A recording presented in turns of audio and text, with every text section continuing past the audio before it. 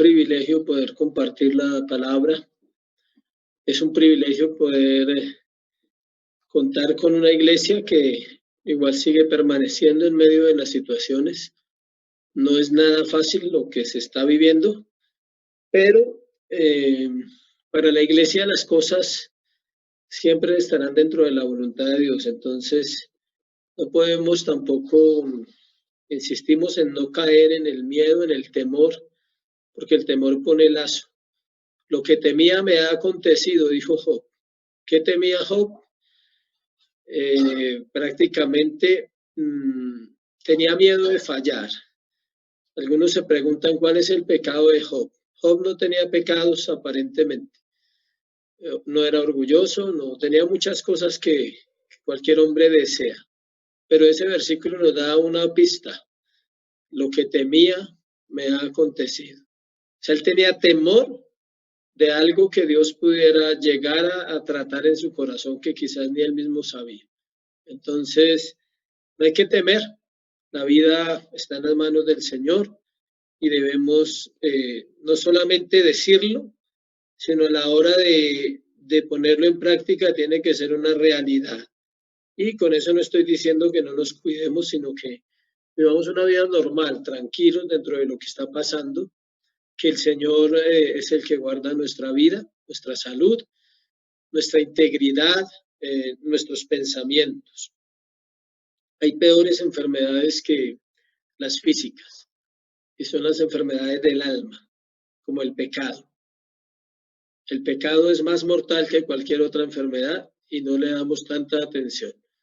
Le damos más atención a las cosas de este mundo que al pecado, que realmente nos puede llevar a una vida eterna sin el Señor. Entonces, luego de saludarlos, vamos a ir al texto de hoy. Continuamos en 1 Corintios capítulo 12, versículos 8 al 11. Estamos ahí todavía, no logramos terminar hace 8 días. Hoy creo que terminamos ese pedacito, esa sesión de Corintios capítulo 12, versículos 7, 8 al 11. Dice, a otro por el mismo espíritu. Vamos a leer desde el 7 para entender otra vez el contexto. Pero a cada uno les es dada la manifestación del Espíritu para provecho, porque a este es dada por el Espíritu palabra de sabiduría, a otro palabra de ciencia según el mismo Espíritu, a otro fe por el mismo Espíritu, a otro dones de sanidades por el mismo Espíritu, a otro el hacer milagros, a otro profecía, a otro discernimiento de espíritus, a otros diversos géneros de lenguas y a otro interpretación de lenguas. Pero todas estas cosas las hace uno y el mismo Espíritu, repartiendo a cada uno en particular como Él quiere. Señor, gracias por esta mañana. Infinitas gracias, Dios, porque aún estamos aquí. Porque te ha placido, Señor, que estemos esta mañana reunidos con el único fin, Dios, de glorificarte. Que tu nombre sea exaltado, dice la Escritura. Que tu palabra corra en la tierra, Señor, y ella sea glorificada. Que el pueblo de Dios sea santificado, que sea edificado, que sea exhortado y que tu nombre, Dios, sea adorado entre las naciones. Ese es nuestro fin como iglesia. No importa que quizás no seamos muchos, pero lo importante es que sabemos hacia dónde vamos. Y eso cuenta más que cualquier otra cosa.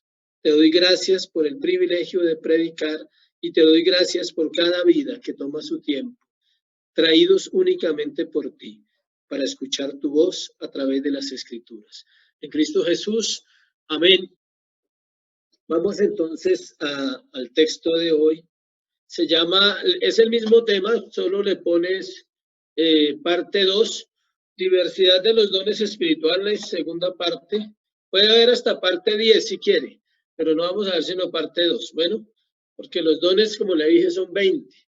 Y uno podría dar un tema de cada don, o sea, podría dar unos 20 temas. Solo los dones espirituales parte 1 y luego parte 20. Porque uno podría dar un tema de cada don. Uno de la sabiduría, uno de la ciencia, o sea, escudriñando ya profundamente, se podría hacer, pero La idea es que ustedes también estudien y aprendan y ustedes también se preocupen por saber un poco más de los temas que se predican. No que al pastor le toque masticar todo. Bueno, entonces eso es bueno para ustedes. Vamos a continuar hablando de los dones espirituales.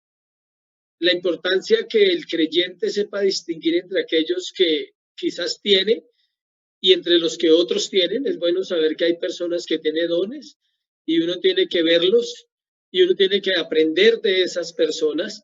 Si usted ve a alguien que tiene sabiduría, aprenda de esa persona. No sienta envidia, no se sienta menos, aprenda de esa persona. Y quizás otro tiene otro don, entonces ese aprende de él también. Es importante seguir recalcando que los dones no son para uso personal. Eso es lo que ha traído problemas en todo lugar. Cuando los siervos o la persona o el hombre o la mujer se adueña del don, entonces él trabaja en el don para que él lo vean, como para que digan, esa persona es única.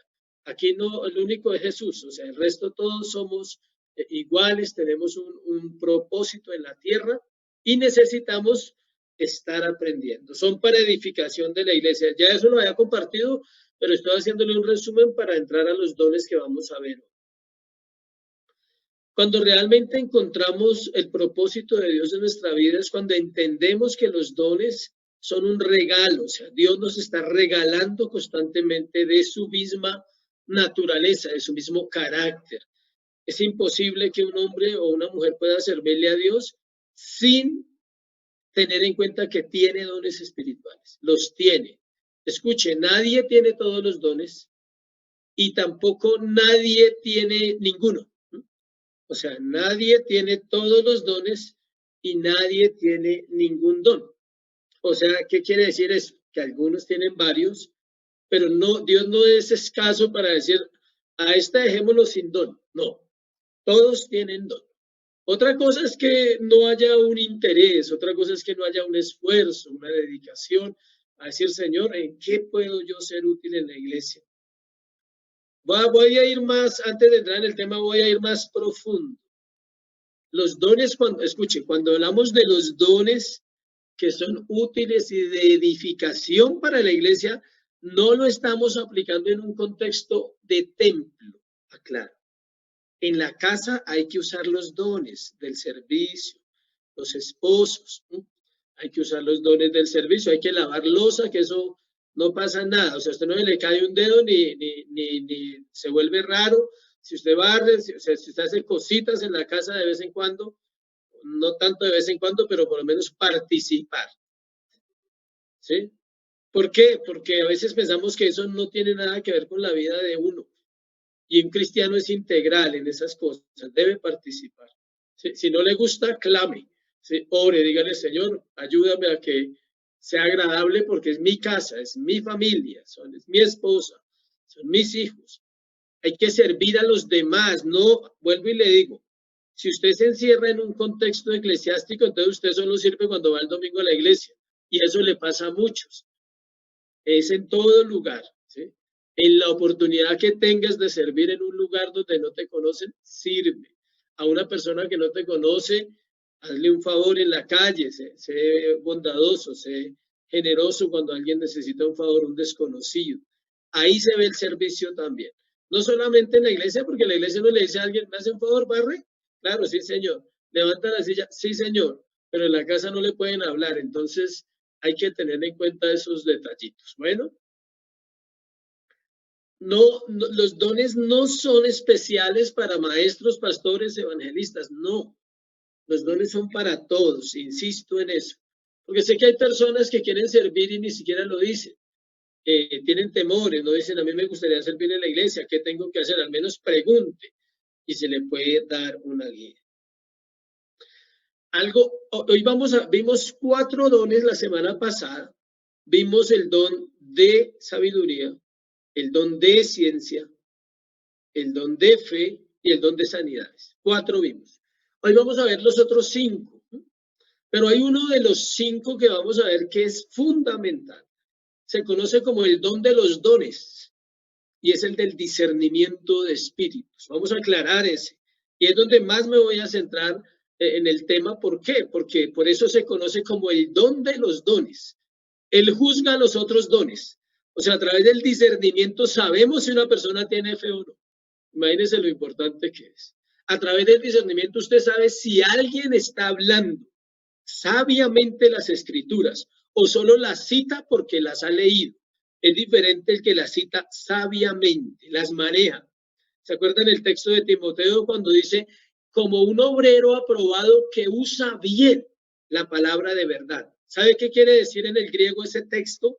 Cuando dice que un obrero aprobado que usa es alguien que traza rectamente la palabra, derecho.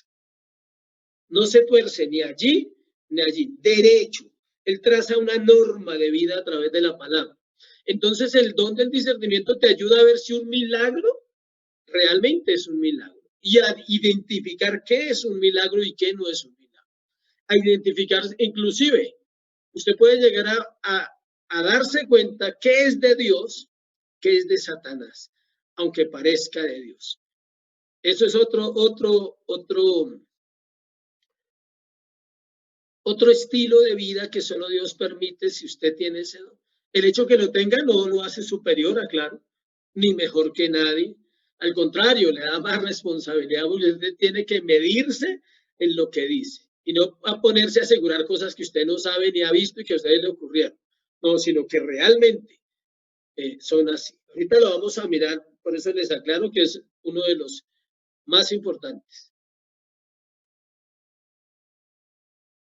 Algo de lo cual carece la iglesia respecto a ese asunto es poder ver las cosas como Dios lo dice en su palabra. Escuche eso bien. Necesitamos una cosmovisión bíblica. Sobre eso me gustaría enseñar, de pronto hacer una enseñanza especial. Cosmovisión bíblica, o sea, una mente que ve como la Biblia ve, como los apóstoles vieron, como vio Elías, como vio Moisés, ve. Pero ellos veían basado en la fe, en la palabra de Dios. Entonces terminamos convertidos, escuche, en religiosos que asisten a un lugar, escuchan canciones, repiten versos, pero a la hora de llevarlos a la vida práctica no sucede, porque no hay discernimiento, porque el enfoque, voy a decirle por qué no hay discernimiento para que aquellos que lo necesitan puedan ver cómo es.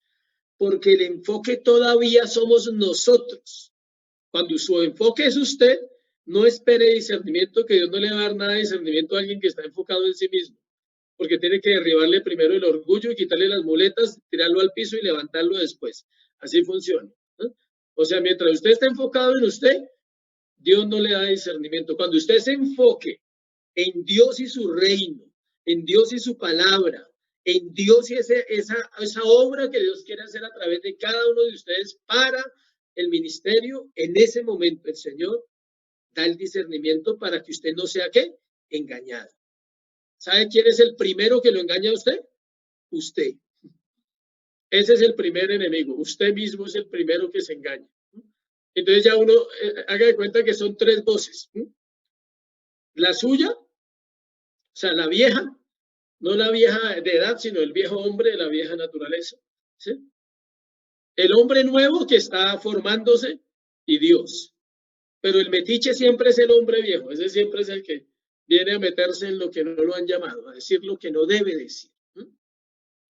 Entonces, mientras el enfoque sea usted, difícil entender el discernimiento. El evangelio se trata de Dios en nosotros, de Él gobernando, de Él guiando, de Él siendo obedecido por el hombre. Eso es evangelio.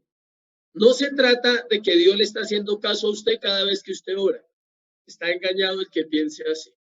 Y lastimosamente esas enseñanzas tienen a la gente, entre comillas, feliz, pero no sabe si va a ir a la eternidad o no.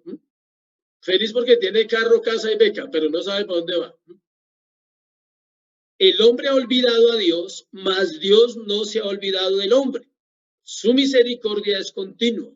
El sol sale para buenos y malos, para salvos y no salvos, para los que aman a Dios y aún para los que lo aborrecen con sus actos. A veces decimos que no aborrecemos a Dios, pero revisa tus actos.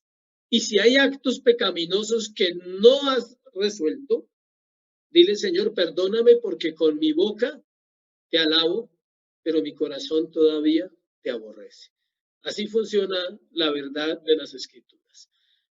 Vivimos milagros todos los días de nuestra vida, solo que no los comprendemos por una mente finita. ¿Tenemos una mente qué? Finita, temporal. Entonces no vemos los milagros, no vemos cómo Dios está pendiente todos los días. Vamos a mirar entonces los otros dones que dijimos y vamos a empezar con el don de milagros. El don de milagros.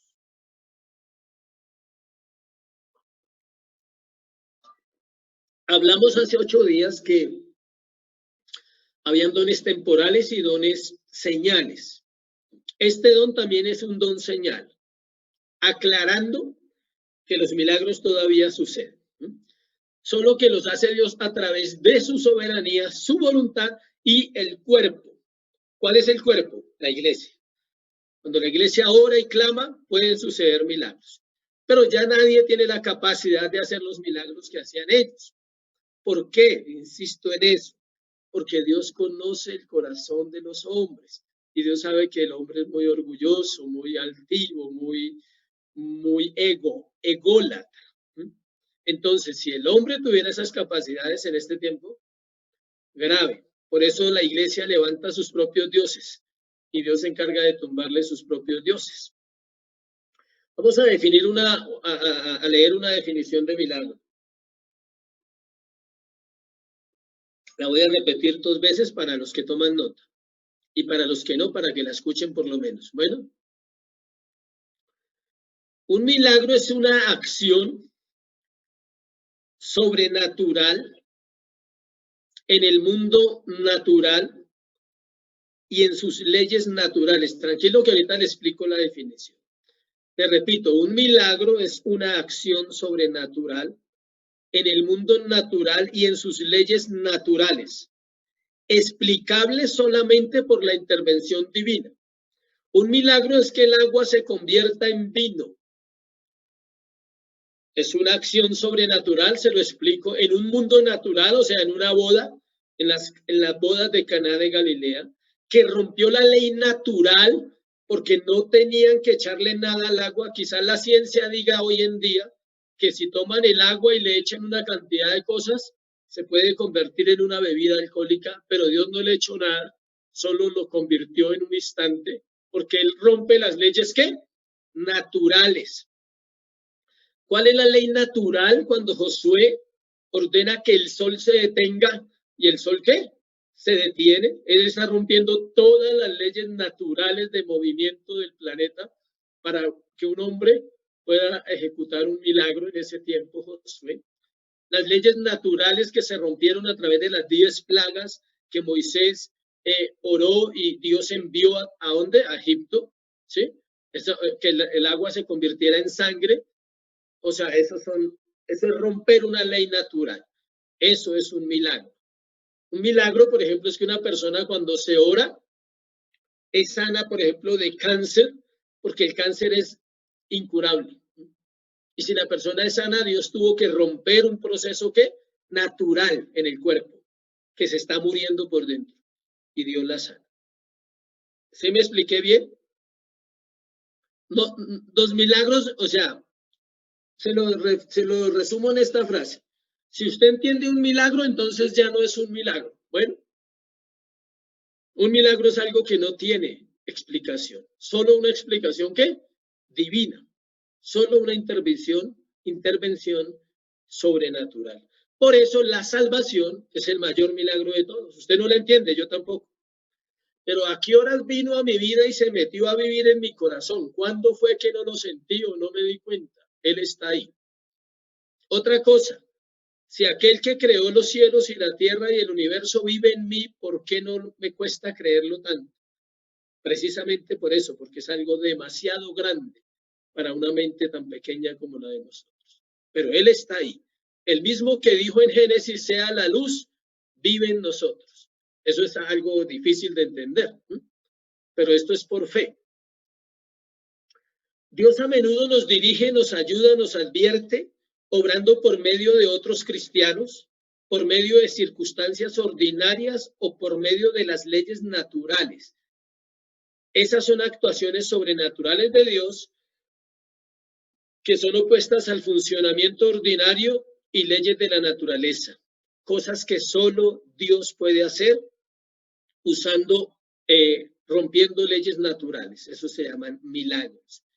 Yo sé que muchos, si uno les pregunta, podrían contar algo que les pareció un milagro y quizás lo fue. Es bueno también uno pensar y decir, eso tuvo que haber sido un milagro. O sea, hay cosas que son raras, pero uno las ve raras, pero uno después cae en cuenta y dice, pues solo Dios podía haber hecho eso. Eh, encontrar algo perdido de pronto que usted dice, ¿cómo Dios rompe una ley natural? Impidiendo que se pierda totalmente, conservándolo en un lugar hasta que el dueño vuelve y lo encuentra. Uno dice, ¿eso es un milagro? Claro, porque solo Dios puede permitir que algo que se pierde vuelva a su lugar. Más en estos tiempos que todo el mundo se roba a todos, ¿no? Nadie devuelve nada. O sea, todo lo que usted se encuentra es mío, ¿sí? No lo quiere, o sea, cosas sencillas, estoy hablando de cosas sencillas, diarias. Si hablamos de la Biblia, pues es otro asunto. Hablamos de la Biblia y hablamos de hoy. Juan nos habla del milagro que Jesús hizo en las bodas de Caná de Galilea, ya lo vimos. Y se conoce que era una señal. Acompáñenme al libro de Juan capítulo 2, versículo 11. Esto lo iba a compartir hace 8 días, pero se dieron cuenta que no alcancé. Bueno, hoy sí alcanzo. Mi tarea es alcanzar hoy. Juan 2, 11.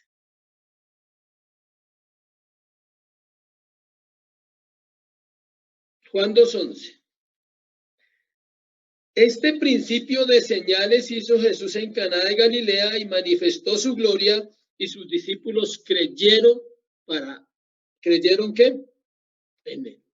Note que dice que era una ¿qué? Señal. Y cuando compartimos en la oración esa reflexión que hicimos, vimos que también hay otras señales en Juan. De hecho, en Juan 20:30 dice que él hizo muchas señales, pero que se escribieron las que se escribieron para que nosotros ¿qué?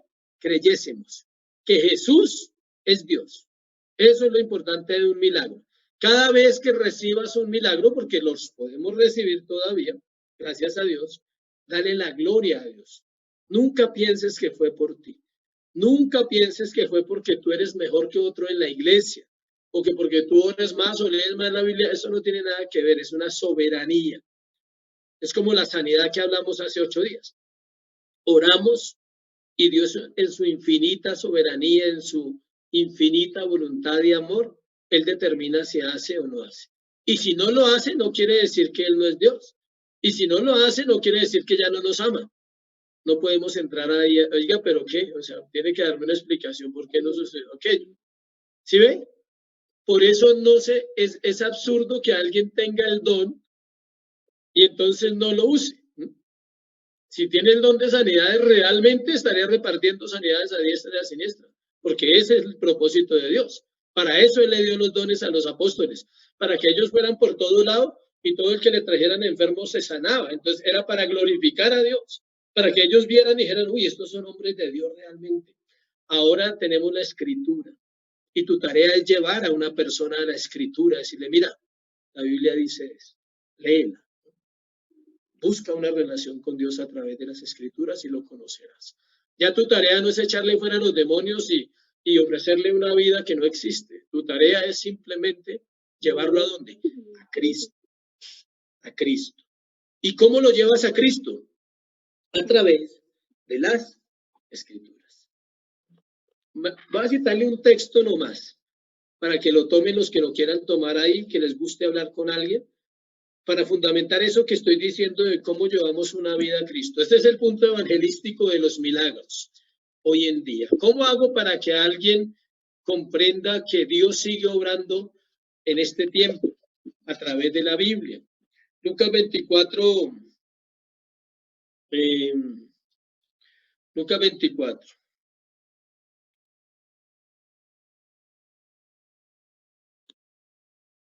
versículo 25. Jesús y los discípulos de Emaús. Entonces él les dijo: oh insensatos y tardos de corazón para creer todo lo que los profetas han dicho. ¿No era necesario que el Cristo padeciera estas cosas y que entrara en su gloria? Él pregunta y dice: comenzando desde Moisés, es decir, desde Génesis, porque Moisés escribió ¿qué? Génesis. Y siguiendo por todos los profetas, les declaraba en todas las escrituras lo que de él decía. ¿De quién decían? De Cristo. ¿Quieres llevar a alguien a Cristo? Usa ese versículo evangelísticamente y sucederá el milagro más poderoso que pueda suceder en la vida de un ser humano: la salvación. Porque Dios usará la palabra, el Espíritu Santo respalda las escrituras. El milagro que vemos en Juan capítulo 2 no era, escuche, no era para alargar la fiesta como cuando falta el trago y vamos y traemos más. No era para alargar la fiesta. Algunos dicen: se acabó el trago, ya mandamos traer, pero esto no se acaba. O sea, no era para eso. En ningún momento. Tampoco era para alegrarla. Tampoco era para mostrar quién era él, o sea, Jesús el hombre. Era para mostrar la gloria de Dios en Cristo Jesús. Para decir: Dios está aquí, yo soy Dios. Y tengo poder para cambiar cualquier circunstancia. Y tengo poder para convertir algo, un agua, en un ¿qué? Vino. Y así lo hizo siempre. Cuando resucitó a Lázaro, alzó los ojos al cielo y dijo: Padre, gracias te doy y oro, no porque tú no me oigas, sino por causa de los que están aquí, porque tú siempre me oyes. Él oró no porque necesitara orar, él podía resucitar a Lázaro sin haber orado al Padre, pero lo hacía porque le daba gloria al Padre. Entonces, eso es lo que tenemos que hacer cuando oramos y sucedió algo. Siempre recuerda dile: Señor, gracias. Gracias, Dios, por tu obra. Y dale gracias por la iglesia también. Pero primero dale gracias ¿a quién? A Dios, no al hombre. Primero a Dios. Con eso no le estoy diciendo que sea desagradecido con la iglesia, no. Pero primero es ¿quién? Dios. Todos los milagros que hizo Jesús y los apóstoles eran para manifestar que Dios estaba presente. Ya leímos, lea Juan 20:30 y dice que él hizo muchas señales. Los apóstoles fueron respaldados por Dios con señales y milagros. Miremos a Pablo y a Bernabé en Hechos 14:3, solo para mirar algunas corticas. Hechos 14:3.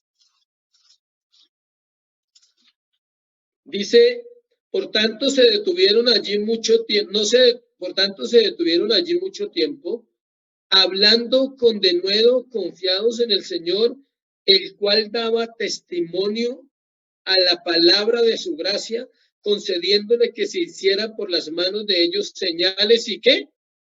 Prodigios. Ellos, donde llegaban, en este caso llegan a Iconio.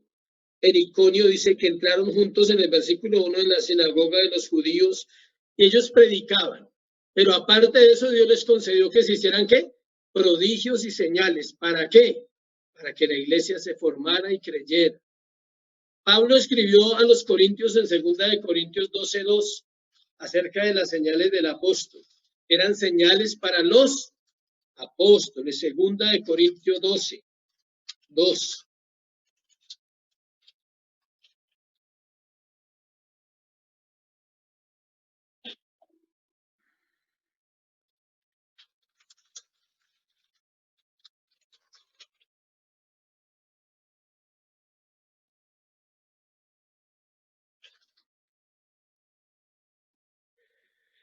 12:1, 2 de Corintios 12:1 dice: ciertamente no me conviene gloriarme, pero vendré a las revelaciones, a las visiones y a las revelaciones del Señor.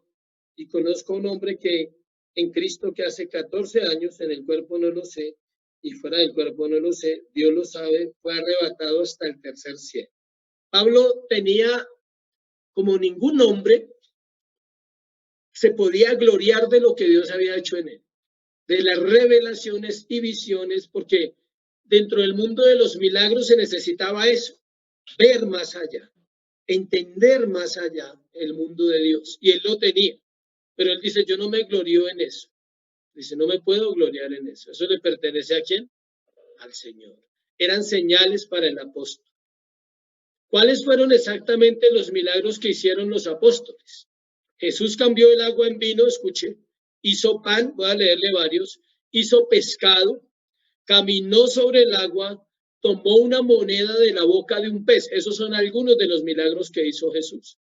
Desapareció de una multitud hostil. De un momento a otro se desapareció. No sé si usted lo ha leído en la Biblia y si no, averigüe y verá que él se desaparece en un momento dado. Calmó los vientos y los mares, ascendió al cielo, y esos fueron milagros solo hechos por Jesús. Ningún apóstol hizo ninguno de esos milagros que acabo de leer. Todos esos milagros relacionados con la naturaleza, note, con el pan, el viento, el aire, todo cosas de la naturaleza.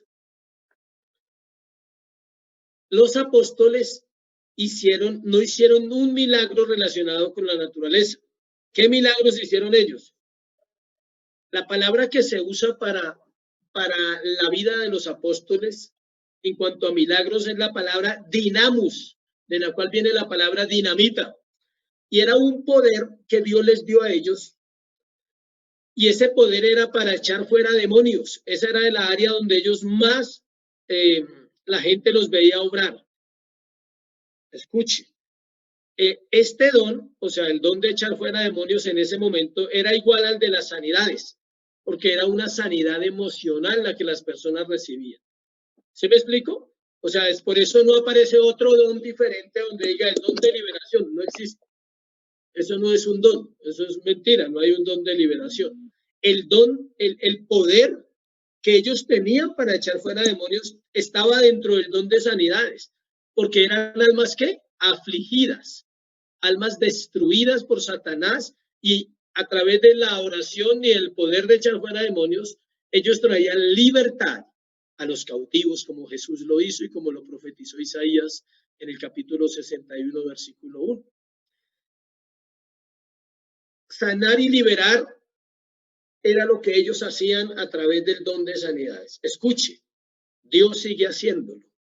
No podemos decir que no. Dios sigue sanando y sigue liberando a través de la oración de su pueblo y de su voluntad soberana. O sea, los milagros siguen sucediendo. Amén. Dejamos hasta ahí el de los milagros. Ahora el don de profecía.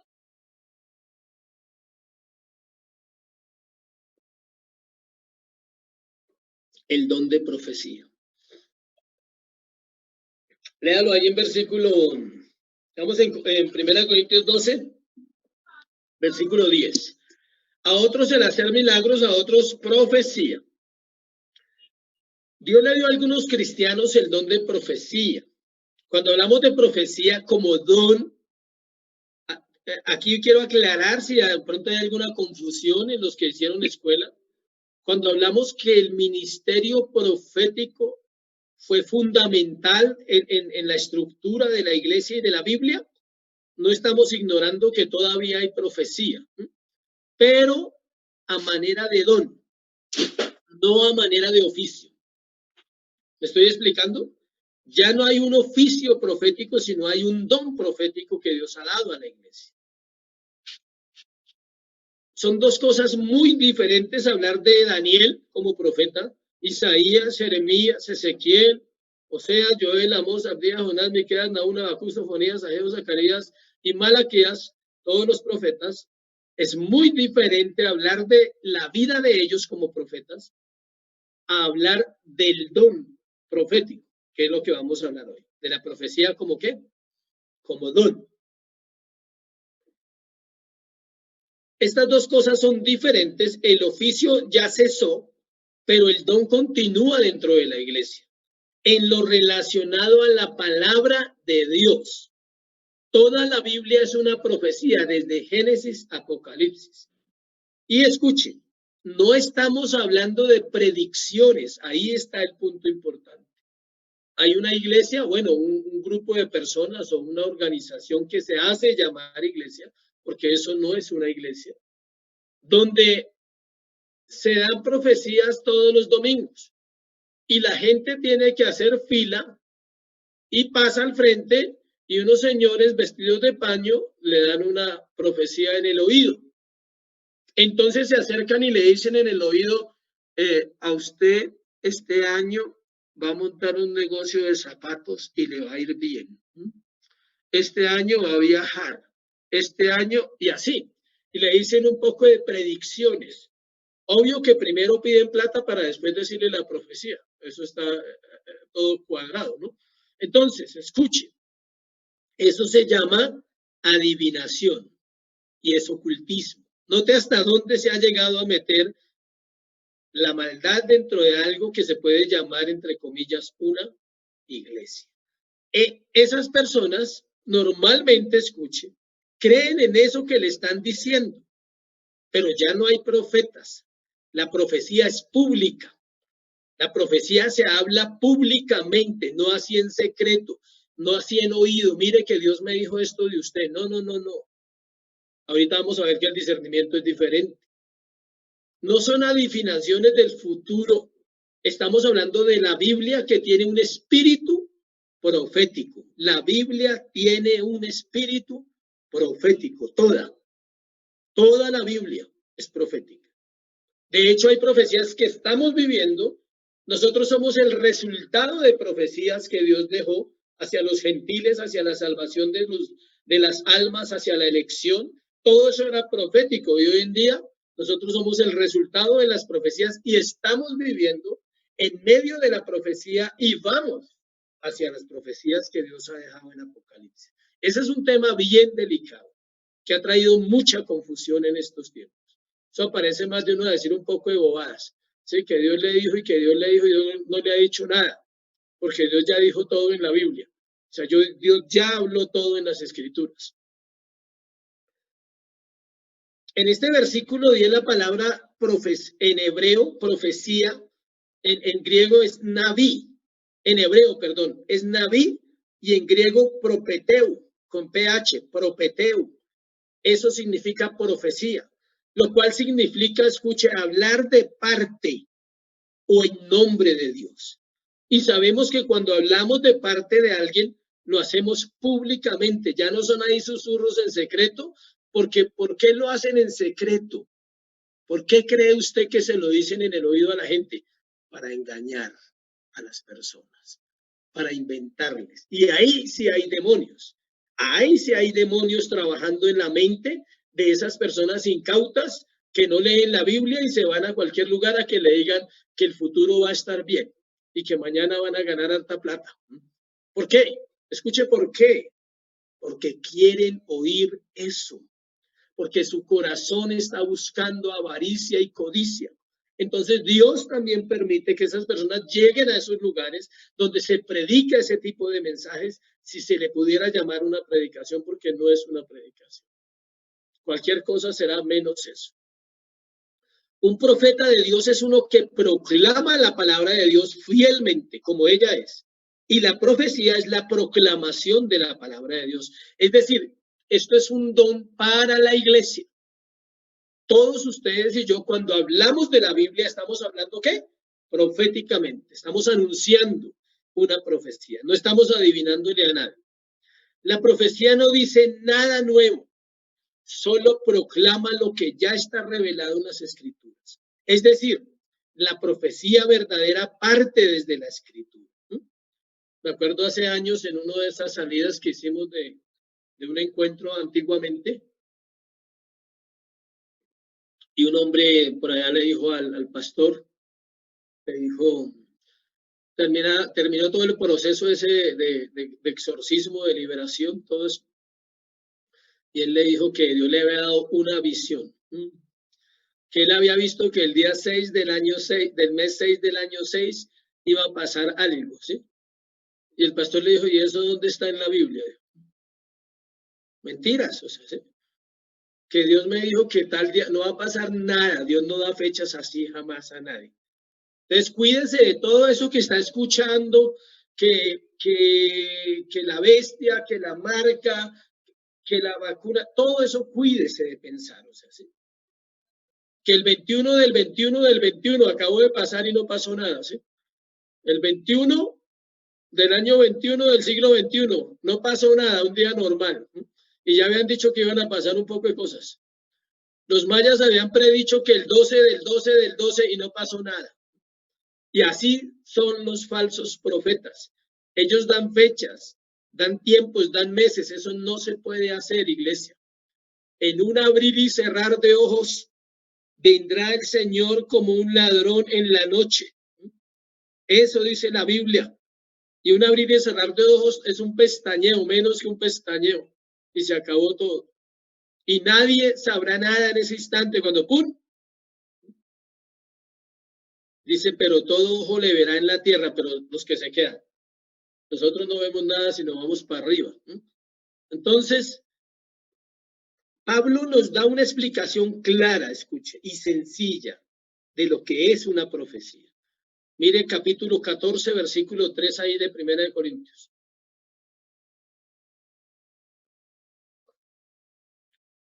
Eso lo vamos a ver más adelante, pero vamos a mirar hoy.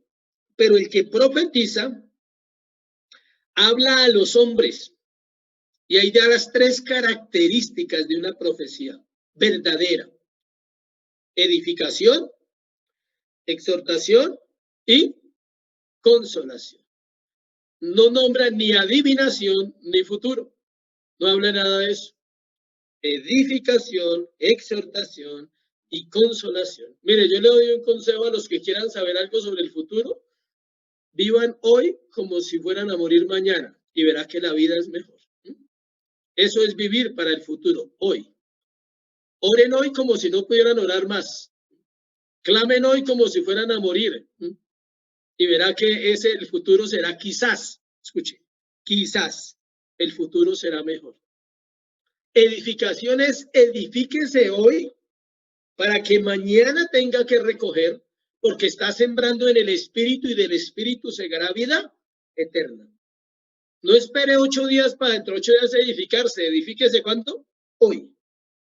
Y eso hará que el futuro en las manos de Dios, dice, hay esperanza para nuestro porvenir. Cuando el pueblo de Israel estaba en el libro de Jeremías, Jeremías está profetizando sobre el futuro de Israel y les dice, yo sé los pensamientos que tengo acerca de vosotros. Pensamientos de bien y no de mal para daros el fin que esperáis. Eso lo usan los evangelios, el evangelio de la prosperidad, para hablarle a la gente que todo va a estar bien. Pero ¿sabe qué le estaba diciendo el profeta a ellos? Que Dios sabía los pensamientos que tenía y era que los iba a llevar cautivos a Babilonia 70 años y luego de los 70 años iban a volver y les iba a dar un fin bueno a pesar del pecado, pero primero tenía que tratarlos. ¿Sí ve? Ese es el contexto del versículo. No es inventar ahí, sí, que Dios me dijo que me va a prosperar. ¿Sabe qué tiene que hacer primero? Llevarlo al arrepentimiento y a la fe. Eso es prosperidad. Arrepentimiento y fe es una vida próspera. ¿Por qué? Porque está paz y salvo. Y listo para partir. Edifica, exhorta. La profecía verdadera me exhorta.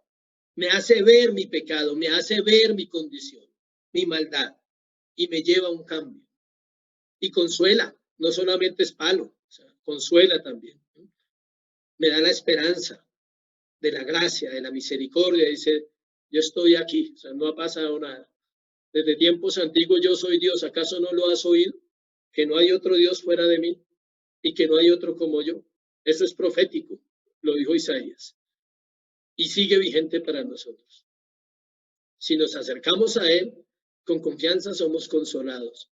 En la tribulación, en la angustia, en el luto, en el dolor, podemos decirle, Señor, quita mi tristeza, dame la fortaleza. Eso es vivir una vida profética. ¿Sí? No es inventar cosas del futuro.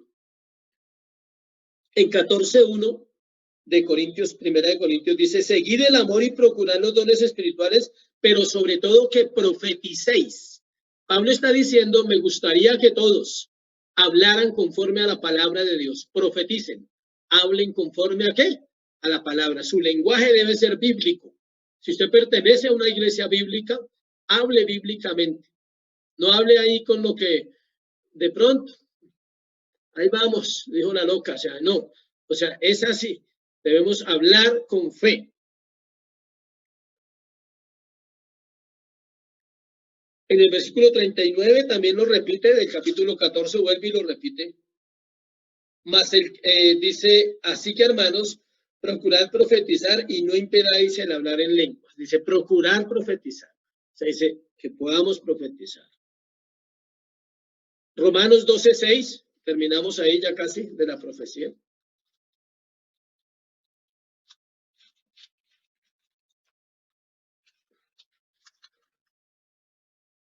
Romanos 12:6. Es claro también ahí. De manera que teniendo diferentes dones según la gracia que nos es dada, si el de profecía, úsese conforme a la medida de la fe. ¿Sí ve? ¿Qué quiere decir eso? Usted no puede hablar lo que no sabe. O sea, ¿no? Entre más usted conozca de la Biblia, más tendrá un lenguaje bíblico. Si usted no la conoce, pues no puede hablar normalmente bíblicamente. Tendrá que ir a encontrar preguntas y respuestas. Mientras que cuando la mente ya está impregnada de la Biblia, el corazón está impregnado de las Escrituras, el Espíritu Santo toma todo eso que usted ha aprendido y ha leído en la obediencia a lo que Dios manda y le da una mente bíblica. Alguien me preguntaba que cómo hace uno para saber los versículos. Pues leyendo la Biblia, o sea, no hay otra manera. No se los meten ahí por una pastilla que se tome todos los días. O sea. Algunos quieren que vendan un tarro de vitaminas y que diga que cada pepa que se tome le va a poner un versículo en la mente. Ojalá fuera así. Lean la Biblia. Cristianos de 20 años y no han leído la Biblia una vez en orden y quieren profetizar. Y dicen que tienen el don profético, pero para declarar lo que no saben. ¿Sí? Terminan profetizando como el baloto. Cómprelo, gánelo y disfrútelo. O sea, y creen que es así. No funciona así. La palabra bíblica se engendra, escuche. Dios la engendra en el corazón. La mete ahí. Entonces llega un momento donde usted está pasando una situación difícil y su mente resuelve. Porque viene la palabra que le va a dar una salida según la mente de Dios, no según su mente. Apocalipsis 19:10 es importantísimo leerlo porque es lo que estamos hablando. Está Juan hablando y dice, yo me postré a sus pies para adorarle y él me dijo, mira, no lo hagas. Un ángel se le aparece a Juan y él se postra y el ángel le dice que no se postre. Dice, yo soy consiervo tuyo y de tus hermanos que retienen el testimonio de Jesús. El testimonio de Jesús es la Biblia. Adora a Dios porque el testimonio de Jesús es el espíritu de la profecía, la Biblia. El testimonio de Jesús es lo que hace que la Biblia completa sea tan importante para el creyente y tan valiosa y tan rica y tan poderosa cuando la vemos de esa manera. El mensaje de la profecía es el testimonio de Jesús, ¿sí ve? O sea que usted también cuando testifica está viviendo una vida profética. Cuando sus actos, sus palabras, sus acciones son coherentes con la escritura, no necesita adivinarle nada a nadie. La gente ve que usted es una persona de Dios. Todas las escrituras dan testimonio de Jesús. Juan 5:39. Juan 5:39. Escudriñad las escrituras porque a vosotros os parece que en ellas tenéis la vida eterna y ellas son las que dan testimonio de mí. Mire la coherencia de los textos de Apocalipsis 19:10 y este texto. ¿Quién da testimonio de Jesús? La Biblia, las escrituras. Y acuérdese que ahí no está escrito el Nuevo Testamento todavía. Está hablando plenamente de ¿qué? Del Antiguo Testamento que da testimonio de Cristo. El otro don, el don del discernimiento.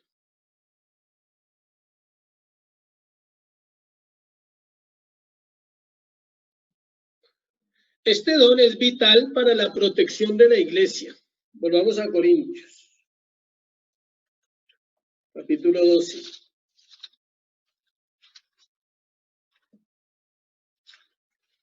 Este don debe estar activo en la iglesia, está activo totalmente y es de vital importancia para proteger la iglesia en estos tiempos.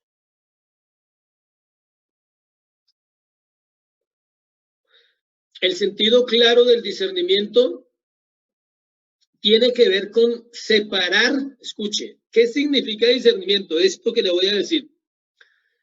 Separar para un examen y juicio, para determinar lo que es genuino y lo que es falso. Eso es discernimiento. Separar para un examen y juicio, para determinar lo que es genuino y lo que es falso. Eso se llama discernimiento espiritual. ¿Quién hace esa tarea? El Espíritu Santo en el corazón del creyente. Él le separa, le examina y en su mente le hace ver, ¿es correcto? No es correcto. Y escuche, no solo hacia los demás, porque a veces soy tan chévere, pero primero para usted y para mí. Que usted pueda ver si su actuación es incorrecta en su casa, en su hogar, en su familia, con sus hijos, con sus negocios. Eso se llama discernir, ¿sí? Porque queremos discernir los demonios de otros y no vemos los demonios de nosotros.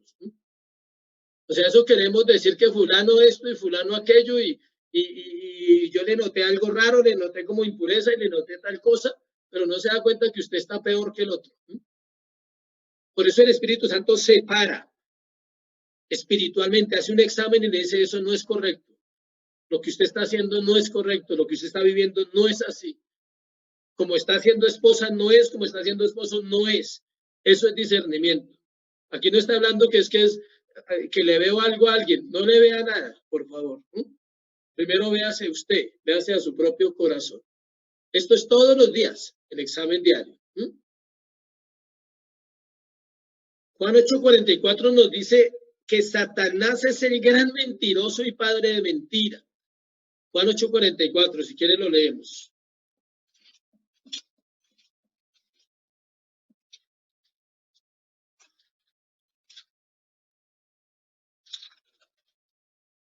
Juan 8:44.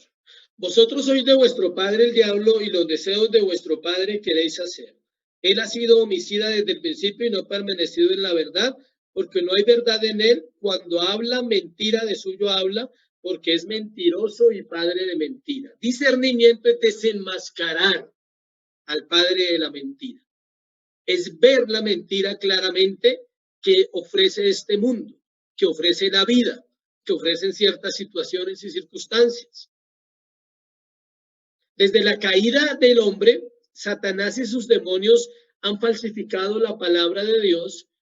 El hecho de que la falsifiquen no quiere decir que no exista la verdad de la palabra de Dios. Ejemplo, un billete falso. Aprendí hace poco de una persona muy sabia que dijo que la mejor prueba para un billete falso es la siguiente. Escuche, para los que tengan negocios. Cuando a usted le llegue un billete falso y usted le diga a la persona, oye, ese billete es falso, y le diga que no, entonces dígale, voy a meterlo en un vaso con agua. Inmediatamente ahí se sabe. Él dice, no, venga, mejor lo cambia porque va a perder su falso. ¿Sí? O sea, el agua, la plata no se daña en el agua. Ni en el río, ni en la casa, ni en el mar. La plata no se daña en el agua. Si usted mete un grupo de billetes en el agua y los saca, ellos siguen siendo plata.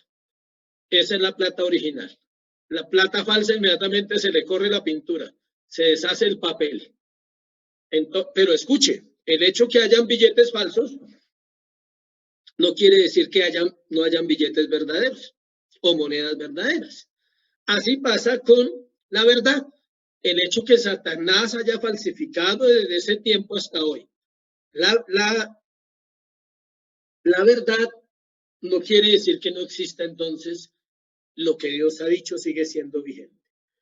Es nuestra tarea juzgar cuidadosamente lo que escuchamos, iglesia, y en esto se lo digo con toda confianza desde mi predicación. Lo que leemos y no creer a todo espíritu que dice que viene de parte de Dios. Usted tiene el derecho a preguntar. Por eso yo les he dicho, ¿tiene dudas? Envíeme un mensaje y con mucho gusto hablamos del tema si le quedan dudas acerca de algo que yo haya predicado. ¿Por qué? Porque es mi tarea, yo no tengo por qué esconderles a ustedes nada. O sea, si usted no puede preguntar en una iglesia por lo que predican, entonces es mejor que busque un lugar donde pueda preguntar. Porque está obligado entonces a decir a todo ¿qué? Amén. Los hermanos amenistas. Entonces, primera de Juan 4:1.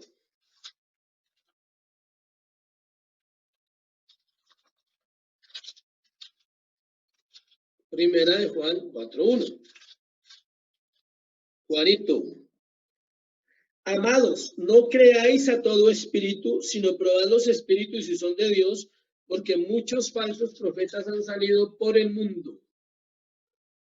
El apóstol Juan en el año 100 antes de Cristo, después de Cristo, está previniendo a la iglesia, diciéndole que hay muchos falsos profetas y que debe ser probadas las palabras. ¿Cómo se prueban? Por la Biblia. Pero hay más allá que lo que vamos a ver del discernimiento. Pablo también nos menciona a los de la iglesia de Berea, Hechos 17:11. Hechos 17:11.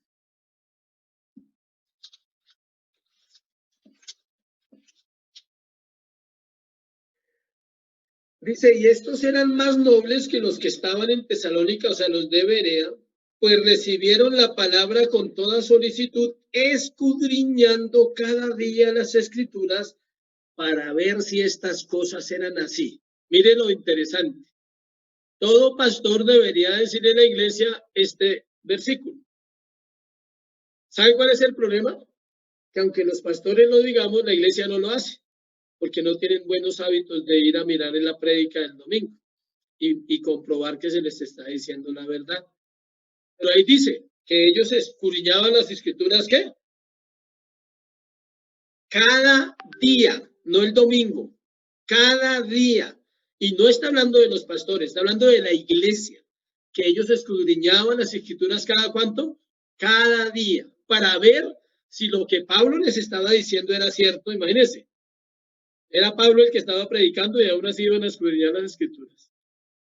¿Cuánto más en este tiempo necesitamos mirar la palabra de Dios para discernir?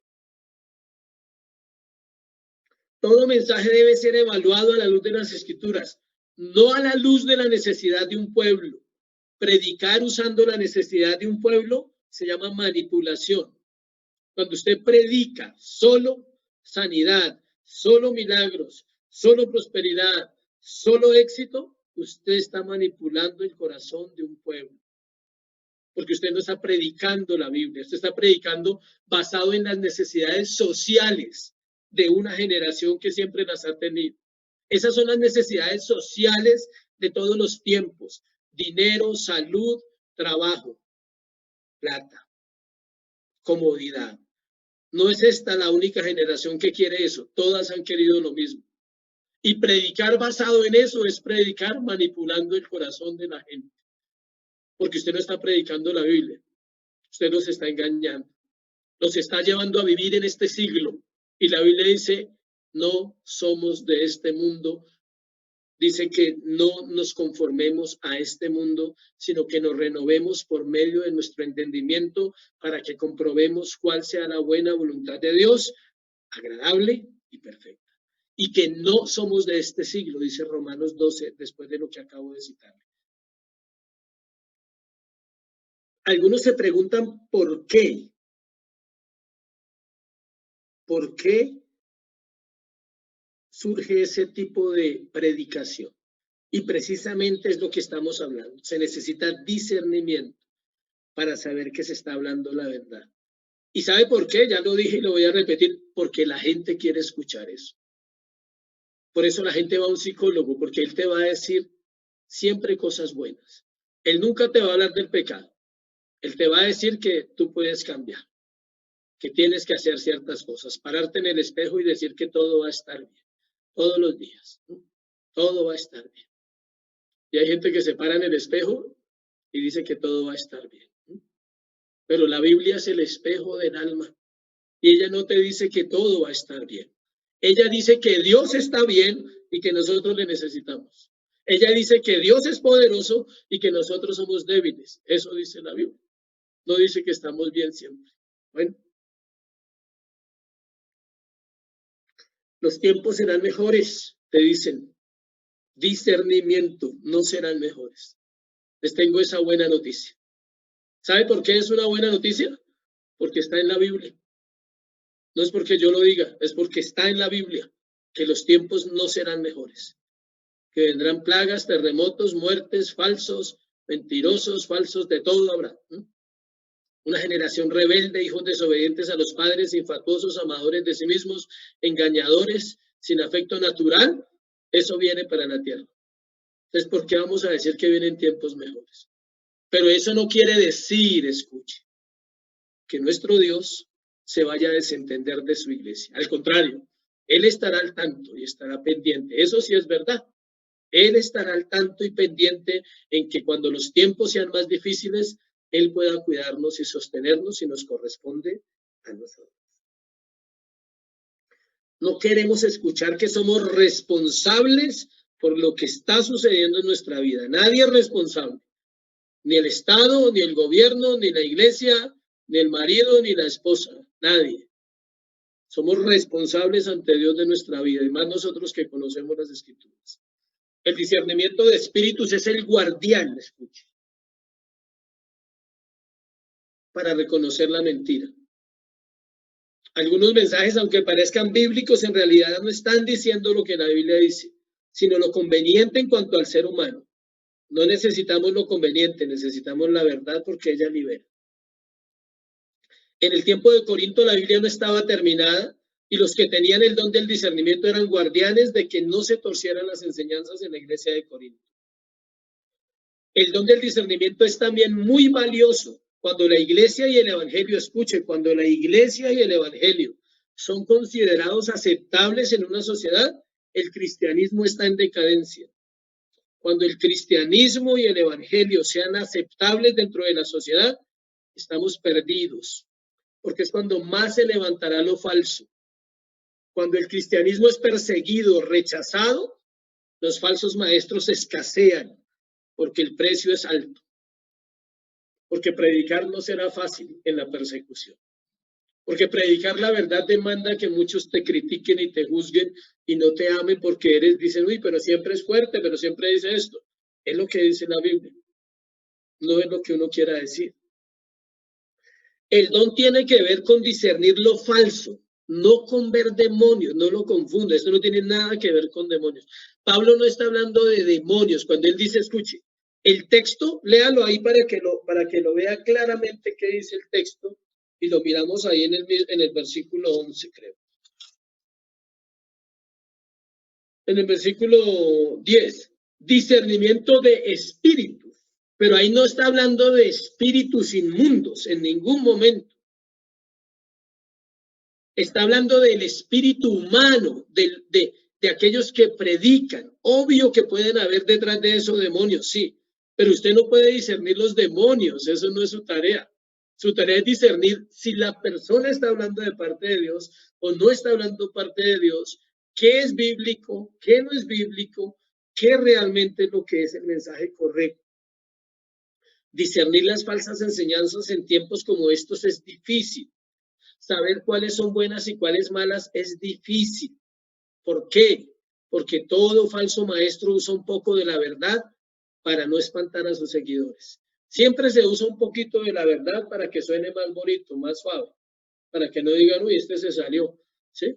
Primero te dan un mensaje largo y luego te sacan $100. Es algo así, o sea, ¿sí? No te lo van a pedir apenas empiezas, sino al final. Entonces, ese es el proceso. Mezclan la psicología con la filosofía y la tarea de los que tienen discernimiento es separar el trigo de la cizaña. El trigo y la cizaña van a crecer juntos, pero la tarea del discernimiento es decir, esto es de Dios, esto es cizaña, no sirve, o sea, destruye.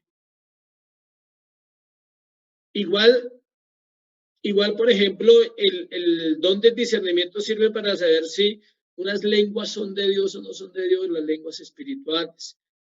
Otro aspecto es en la alabanza, escuche. No solo hablando de música, sino de la adulación, la alabanza.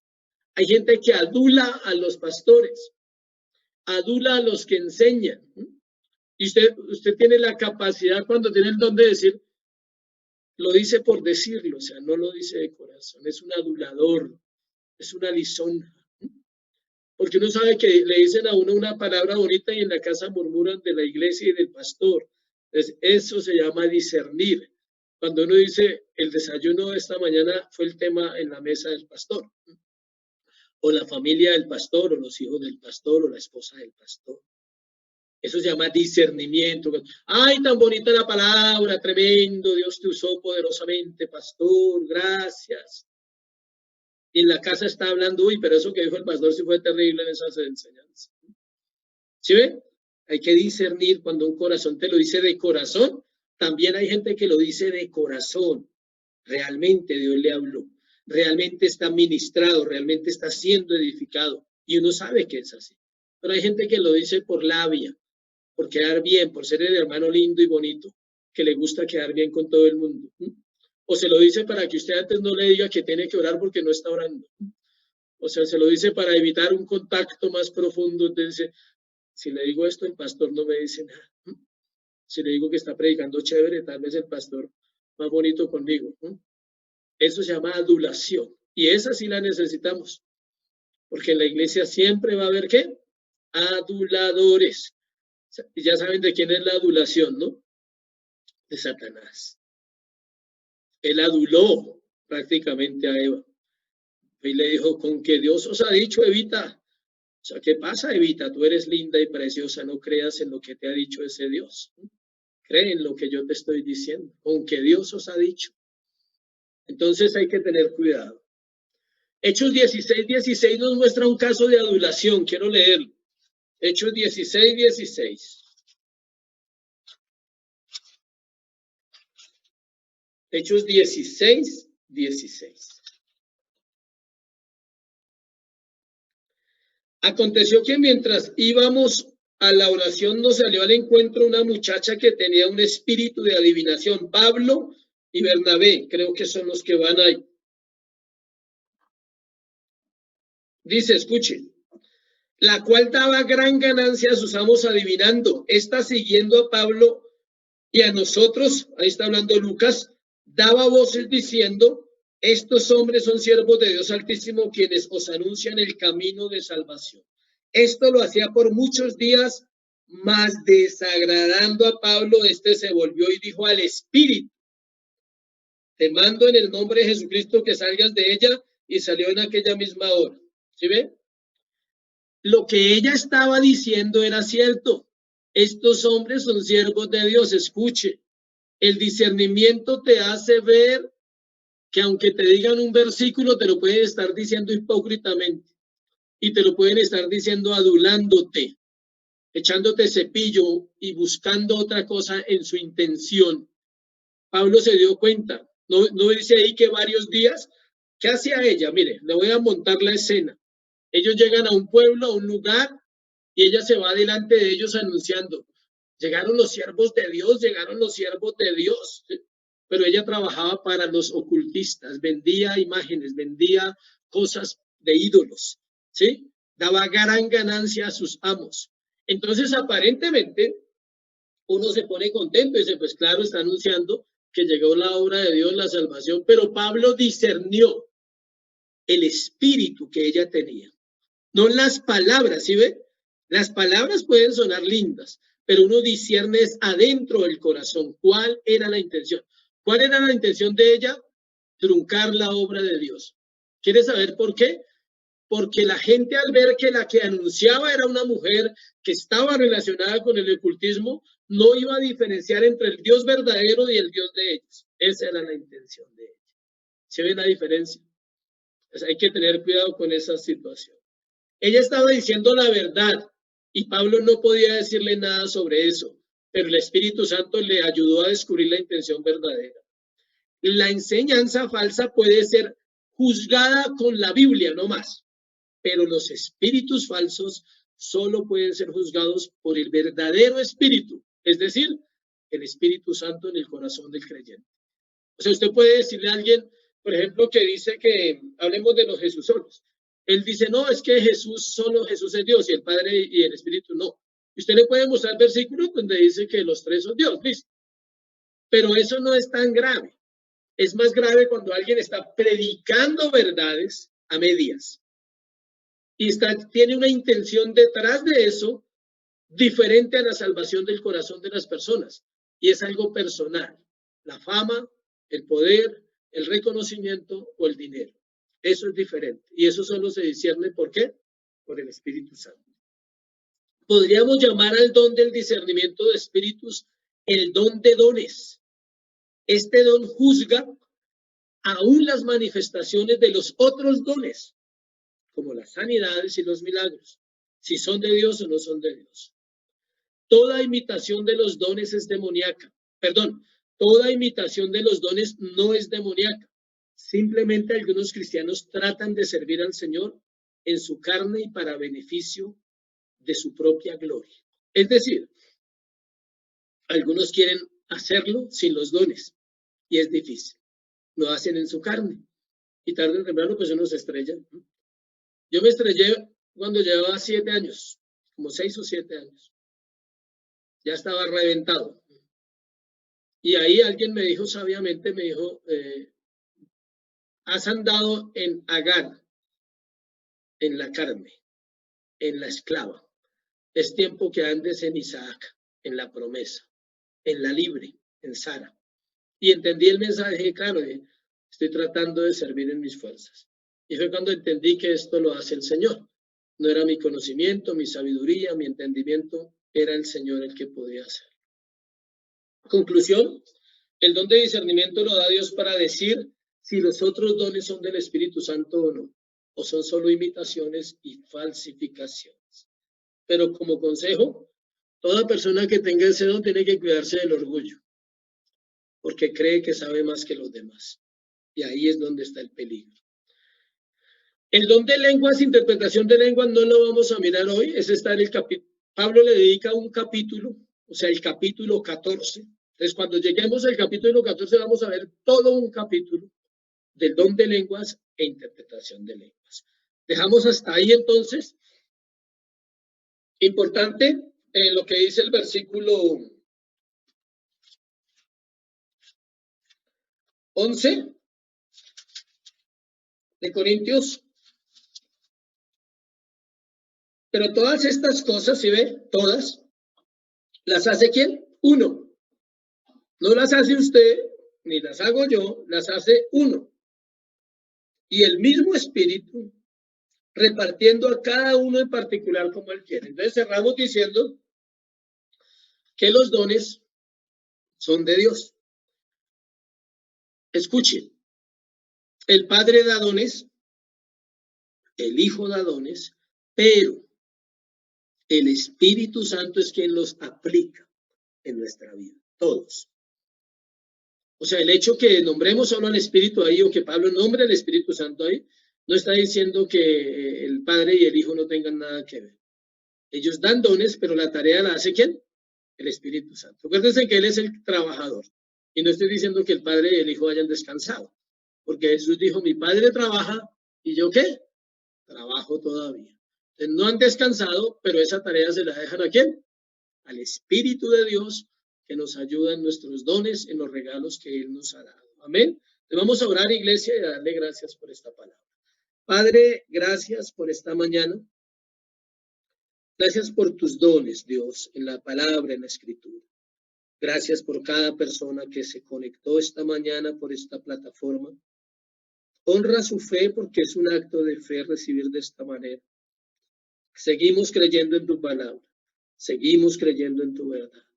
Gracias por los dones que has dado a la iglesia, a las personas que sirven. Gracias por los que están allí, que sé que también los tienen y a su tiempo vendrán a dar fruto en esta iglesia. Gracias por todo lo que haces en nuestra vida.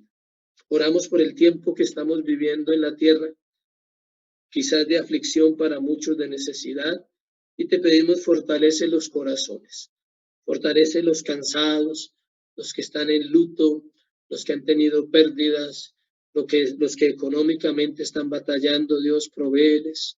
Y gracias por todo tu amor y tu misericordia. Te lo pedimos, Señor, en Cristo Jesús. Amén. Dios les bendiga, Dios les guarde, les amamos y esperamos quizás que pronto el domingo nos podamos reunir presencialmente. Estamos atentos de noticias a ver qué nos dicen. Bueno, esta semana termina la cuarentena en Bosa, entonces esperemos a ver qué podemos